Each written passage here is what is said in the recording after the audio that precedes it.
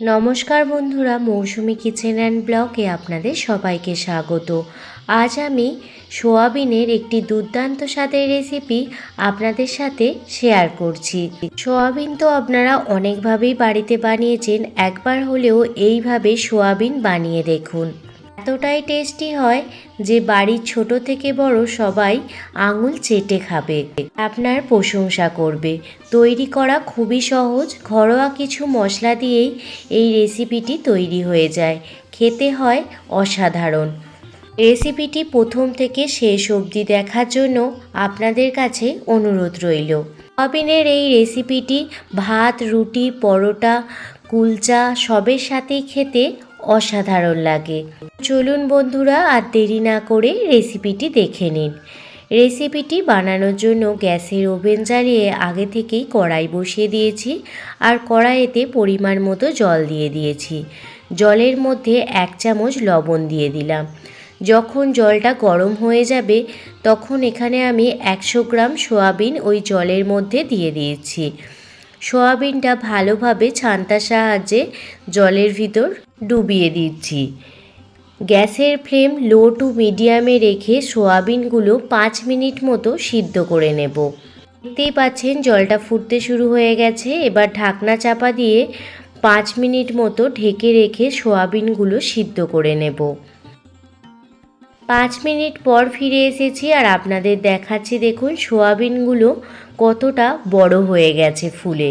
এবার ছান্তার সাহায্যে সোয়াবিনগুলো একটি পাত্রে উঠিয়ে নিচ্ছি।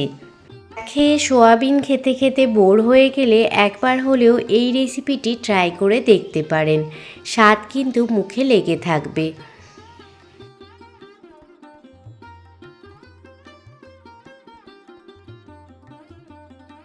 প্রত্যেকটা সোয়াবিন জল থেকে ছেঁকে ছেঁকে তুলে নিয়েছি। এবার নর্মাল টেম্পারেচারে থাকা জল সোয়াবিনের মধ্যে দিয়ে দিলাম।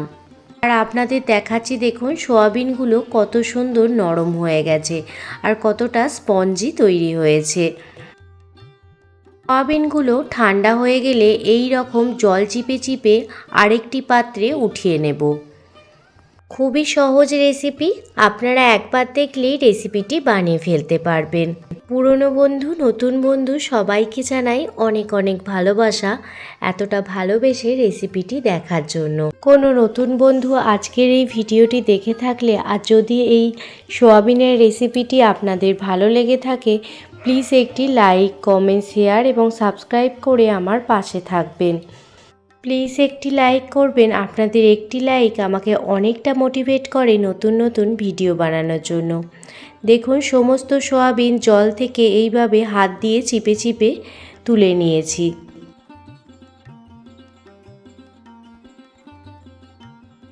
সমস্ত সোয়াবিন থেকে জলটা চিপে চিপে তুলে নিয়েছি। একটি মিক্সার গ্রাইন্ডারের পাত্র নিয়ে নিয়েছি, তার মধ্যে একটি মশলা বানিয়ে নেব। তার জন্য মিক্সার গ্রাইন্ডারের পাত্রের মধ্যে দিয়ে দিলাম 2 মিডিয়াম সাইজের পেঁয়াজ, 7 থেকে 8 কোয়া রসুন, 4 টুকরো আদা, সাথে দিয়ে দিলাম কাঁচা লঙ্কা, কাঁচা পাকা লঙ্কা। ঝালটা অবশ্যই আপনারা আপনাদের স্বাদ মতো দেবেন। 1 চামচ জিরে দিয়ে দিলাম, সাথে দিয়ে দিলাম একটি মিডিয়াম সাইজের টমেটো। সামান্য পরিমাণ জল দিয়ে একটি স্মুথ পেস্ট দেখুন বানিয়ে নিয়েছি। অন্যদিকে গ্যাসের ওভেন জ্বালিয়ে কড়াই বসিয়ে দিয়েছি আর কড়াইতে দিয়ে দিলাম পরিমাণ মতো সর্ষের তেল। আজকের রান্নাটি আমি সর্ষের তেলে করব, আপনারা চাইলে সাদা তেলেও করতে পারেন। তেল ভালোভাবে গরম হয়ে গেলে এখানে 2 মিডিয়াম সাইজের আলু ডুমো ডুমো করে কেটে নিয়েছি, সেই আলুগুলো দিয়ে দিলাম। আলুর ভিতর স্বাদ মতো লবণ দিয়ে আলুগুলো প্রথমে ভালোভাবে লাল লাল করে ভেজে নেব।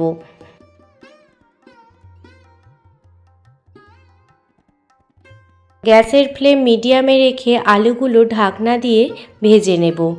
5 মিনিট পর ঢাকনাটা খুলে দিয়েছি আর দেখুন আলুগুলো ভালোভাবে ভাজা হয়ে গেছে। এবার আলুগুলো একটি পাত্রে উঠিয়ে নিচ্ছি। আলুগুলো ভেজে উঠিয়ে নিয়েছি। এবার ওই তেলের মধ্যে সোয়াবিনগুলো দিয়ে দিলাম। সোয়াবিনগুলো ভালো করে ভেজে নেব।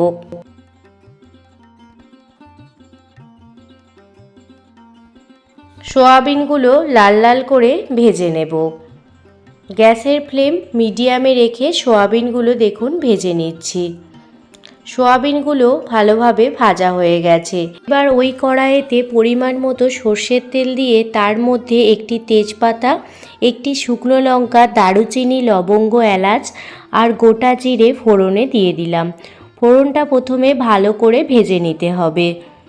ফোড়ন থেকে যখন সুগন্ধ বের হতে শুরু হবে তখন এর মধ্যে যে মশলার পেস্টটি আমি মিক্সার গ্রাইন্ডারে বানিয়ে রেখেছিলাম সেই মশলার পেস্টটি দিয়ে দিয়েছি।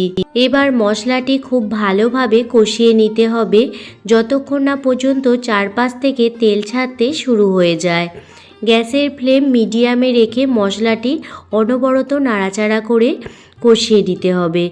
দেখুন চারপাশ থেকে তেল ছাড়তে শুরু হয়ে গেছে। এই পর্যায়ে 1 চামচ হলুদ গুঁড়ো, 1 চামচ কাশ্মীরি লাল লঙ্কার গুঁড়ো আর 1 চামচ ধনিয়া গুঁড়ো, স্বাদ মতো লবণ আর সামান্য পরিমাণ চিনি গুঁড়ো দিয়ে দিলাম। এবার সমস্ত মশলা ভালোভাবে মিশিয়ে নিচ্ছি। সমস্ত মশলা যখনই খুব ভালোভাবে কষানো হয়ে যাবে এই পর্যায়ে ভেজে রাখা আলু আর ভেজে রাখা সোয়াবিনটা দিয়ে দিচ্ছি। মশলা খুব ভালোভাবে কষানো হয়ে গেলে মশলার কালারটা একদমই চেঞ্জ হয়ে যায়। আর দেখতেই পাচ্ছেন মশলাটা কিন্তু খুব সুন্দরভাবে কষানো হয়ে গেছে। এবার ভেজে রাখা আলু আর ভেজে রাখা সোয়াবিনগুলো দিয়ে দিচ্ছি। মশলার সাথে আলু সোয়াবিনটা 2 থেকে 3 মিনিট ভালোভাবে কষিয়ে নেব যাতে সমস্ত মশলা আলু সোয়াবিনের মধ্যে ভালোভাবে ঢুকে যায়।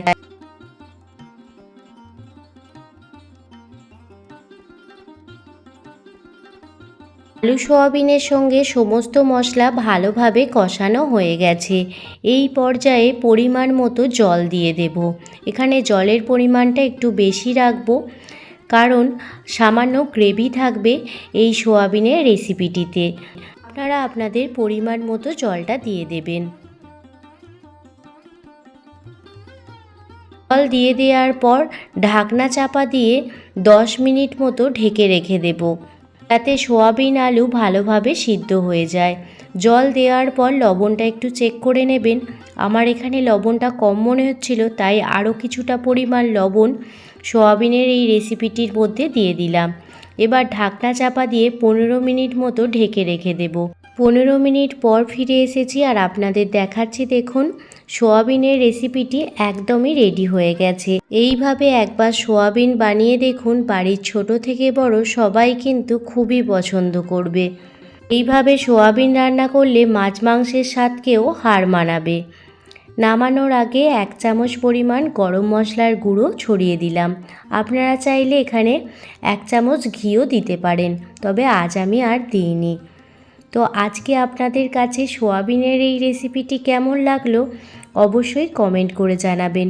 যদি ভালো লেগে থাকে প্লিজ একটি লাইক, কমেন্ট, শেয়ার এবং সাবস্ক্রাইব করে আমার পাশে থাকবেন। সবাই ভালো থাকবেন, সুস্থ থাকবেন, সাবধানে থাকবেন। আবারও কোনো দিন অন্য কোনো রেসিপি ভিডিও নিয়ে আপনাদের সামনে হাজির হব। ধন্যবাদ।